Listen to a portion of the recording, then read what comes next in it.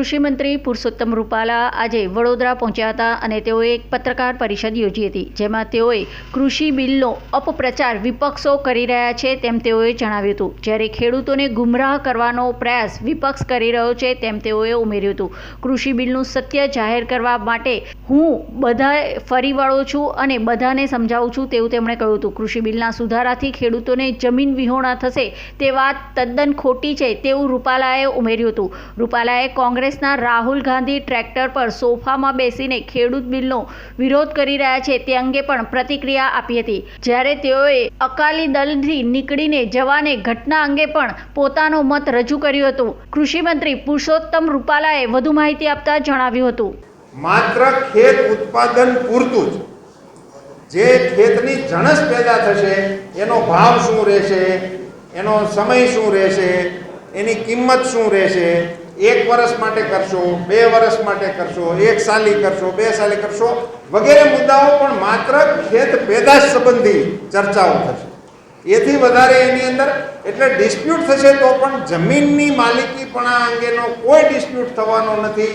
એટલે આ એક્ટના માધ્યમથી ખેડૂતો જમીન વિહોણા થવાના છે એ હકીકત સંપૂર્ણપણે ગેરમાર્ગે દોરનારી છે અને એનાથી દેશના ખેડૂતોએ કોઈ ભડકવાની જરૂર નથી અને કોઈએ ખેડૂતોને ગુમરાહ કરવાની પણ જરૂર. એમએસપી બંધ કરી દેવામાં આવશે ધીમે ધીમે કરીને. મિત્રો, એમએસપીની વાત આવે છે એટલે મારે થોડુંક તમને ભૂતકાળમાં લઈ જવા છે. આ એમએસપીની ચર્ચા જ હમણાં શરૂ થઈ. આજથી 5-7 વર્ષ પહેલાં કોઈ એમએસપીની કોઈ માંગણી કે કોઈ ચર્ચા કે એવું આપ સૌના કોઈને ધ્યાનમાં હતું નહીં. હાલતું તું એક મુદ્દો હાલતો તો સ્વામિનાથન સાહેબની માંગણી સ્વીકારે સરકાર તો હારું. સ્વામિનાથન સાહેબની ભલામણ શું હતી? ડૉક્ટર સ્વામિનાથન કમિશને બહુ સ્પષ્ટ અને કેટેગોરિકલી અંદર લખેલું છે કે ખેત ઉત્પાદનની ઉપર 50% નફો ચડાવી અને એમએસપી નક્કી કરવી, આવું એમની ભલામણ હતી. આ ભલામણ ડૉક્ટર સ્વામિનાથને કોને આપી? ભારત સરકારને આપી. ભારત સરકારમાં ત્યારે સરકાર કોની હતી? કોંગ્રેસની હતી. ડૉક્ટર મનમોહનસિંહજી વડાપ્રધાન હતા. એ વખતે સ્વામિનાથન સાહેબે એમને આ ભલામણ આપી. 10 વર્ષ રાજ કર્યું. આ ભલામણ સ્વીકારી નહીં, એ પ્રમાણે એમએસપી આપવા માટેનો નિર્ણય કર્યો નહીં. 2014માં નરેન્દ્રભાઈ મોદી વડાપ્રધાન બન્યા. ડૉક્ટર સ્વામિનાથનની ભલામણને ઓટલામાંથી બારી કાઢી અને મંજૂર કરી. જેણે મંજૂર કરી છે એ નાબૂદ કરવા માટેનો પ્રયાસ કરે. મંજૂર નરેન્દ્રભાઈ મોદીએ કરી છે. જ્યાં સુધી નરેન્દ્રભાઈ મોદી દેશની ગાદી ઉપર સલામત છે ત્યાં સુધી આ એમએસપીની અંદર કોઈને પણ ફેરફાર કરવાનો અધિકાર કોઈ નહીં કરી શકે. એટલે એને બેને મિક્સઅપ કરવાની કોઈ જરૂર જ નથી. એક તો આ બધા પત્રકારોના માધ્યમથી પણ મારે આપ સૌના ધ્યાન ઉપર મૂકવું છે કે એમએસપી છે એ કોઈ કાનૂની વ્યવસ્થા નથી, કોઈ કાયદા તળે મળતું પેલો બેનિફિટ કે એવું નથી. એમએસપી એક ભારત સરકારનો નિર્ણય છે. એ નિર્ણયના આધાર ઉપર એમએસપીની વ્યવસ્થા થાય છે. રાજ્ય સરકારોની સાથે મળી અને આપણે ખરીદીના કાર્યક્રમો ચલાવીએ છીએ.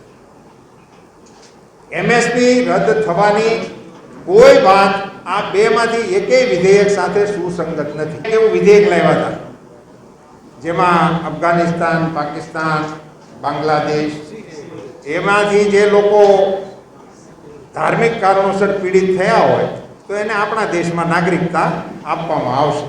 આ હું યાદ એટલા માટે કરાવું છું કે એ વખતે આપણે કોઈકને નાગરિકતા આપવા માટેનું વિધેયક મંજૂર કર્યું તો આખા દેશમાં પ્રચાર શું કર્યો ખબર?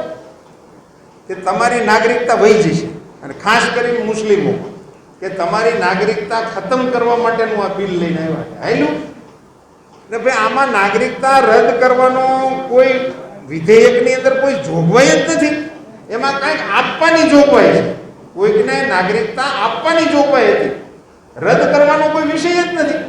એમ આ બંને વિધેયકોની અંદર પણ ખેડૂતોને કશું આપવા માટેનો નમ્ર પ્રયાસ ભારત સરકારે કર્યો છે. એ પણ નરેન્દ્રભાઈ મોદીએ 2022 સુધીમાં ખેડૂતોની આવકને બમણી કરવા માટેનું જે લક્ષ્ય રાખ્યું છે એ લક્ષ્યને સિદ્ધ કરવા માટે ભારત સરકારે કાર્યક્રમો ચલાવ્યા, કાર્યક્રમોના આધાર ઉપર રોકડ સહાય આપવા માટેનો પ્રયાસ કર્યો. એની સાથે સાથે ખેતીને અને ખેતીના વ્યવસાયને મુક્ત બજાર સાથે જોડવા માટેનો અને કાનૂની આધાર આપવા માટેનો એક પ્રયાસ કર્યો. એપીએમસીમાં આપણે એવો સુધારો કર્યો છે. આજે સ્થિતિ એવી છે કે જે કાંઈ ખેત ઉત્પાદન થાય એને એપીએમસીમાં લઈ જવાનું, ત્યાં એનું ઓપ્શન થાય અને એ કિંમત ખેડૂતને અનુકૂળ હોય તો એ વેચી નાખે, ન અનુકૂળ હોય તો પાછો લઈ ગયો. આ વ્યવસ્થા છે. કેટલાક રાજ્યો એવા છે જ્યાં એપીએમસી છે જ. બિહાર જેવા મોટા રાજ્યની અંદર એપીએમસી છે જ. એ બીજા અલગ વિષયો છે. પણ એ આ જે બાબત હતી એમાં આપણે એટલો સુધારો કર્યો છે કે એપીએમસીની આ વ્યવસ્થા ચાલુ રહેશે. એમાં જે ખેડૂતોને જે માલ વેચવો હોય તો વેચી શકે અને જે પ્રક્રિયા ચાલુ છે એ પ્રમાણે ચાલશે. એની ઉપરાંત ખેડૂત પોતાના ખેતરથી પોતાને જો કોઈ વ્યાજબી ભાવ લેવાવાળો વેચવાવાળો મળે તો ખેડૂત એને વેચી શકશે. એટલો એને એક વધારાનો ઓપ્શન આપણે આપીએ છીએ અને વેપારીઓને આમંત્રણ આપીએ છીએ કે આ જે વ્યવસ્થા છે એની બહાર પણ હવે તમે વેપાર કરી શકો. એના ભાવ સાથેની સમજૂતીથી કરાર કરવા માટેનું એક પીઠબળ આપવા માટેનો આ વિનમ્ર પ્રયાસ છે. એનાથી કોઈએ ગભરાવાની જરૂર નથી.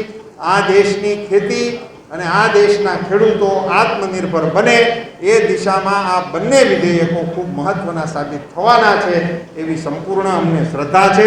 આજે ખેડૂતોની સાથે પણ જ્યારે વાત કરવાનો અવસર મળે છે ત્યારે ખેડૂતો આને સહર્ષ સ્વીકારે પણ છે.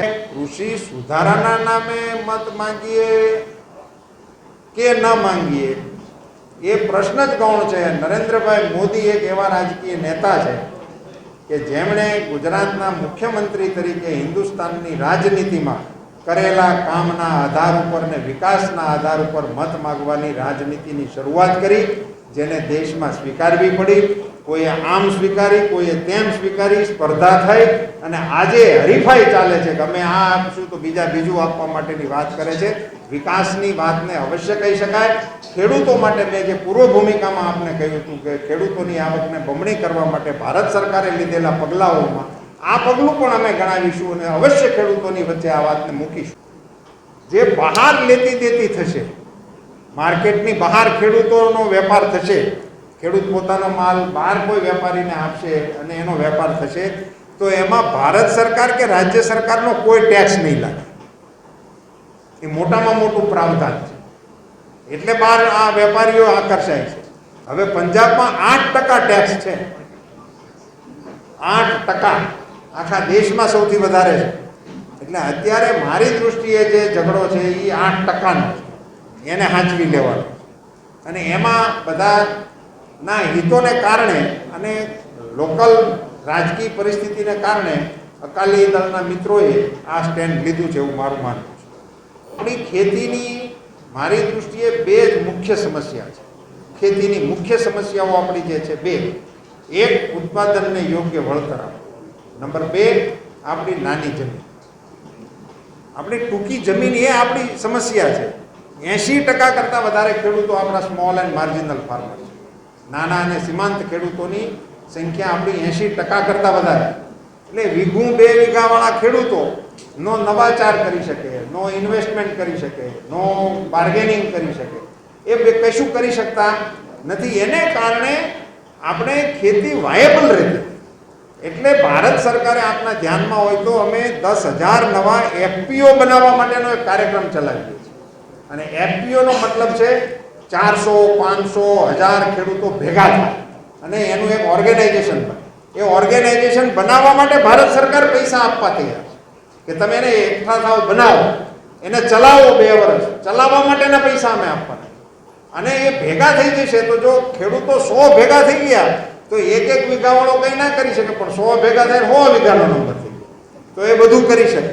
બેઝિકલી એ સંયુક્ત થાય કોઈ પણ રીતે એ આપણે ઈચ્છીએ છીએ. અને કોન્ટ્રાક્ટ ફાર્મિંગ પાછળનો પણ આપણો આશય એવો છે કે સારો ઇન્વેસ્ટર, સારો વેપારી, સારો એક્સપોર્ટર, સારો પ્રોસેસર એ જો વચ્ચે પડે અને બધા ખેડૂતોને સાથે રાખી અને પોતાની પસંદગીનો જે એને જરૂરી ચીજ હોય એ અંગે ખેડૂતોને કન્વિન્સ કરે અને ખેડૂતોના ભાવથી એની પાસે ખેતી કરાવે તો ખેડૂતોને એના યોગ્ય વળતરનો પ્રશ્ન પણ હલ થાય અને નાના ખેડૂતોને સારી ટેકનોલોજીનો ઇન્વેસ્ટમેન્ટનો પણ બેનિફિટ મળે. આપણો આશય આ છે.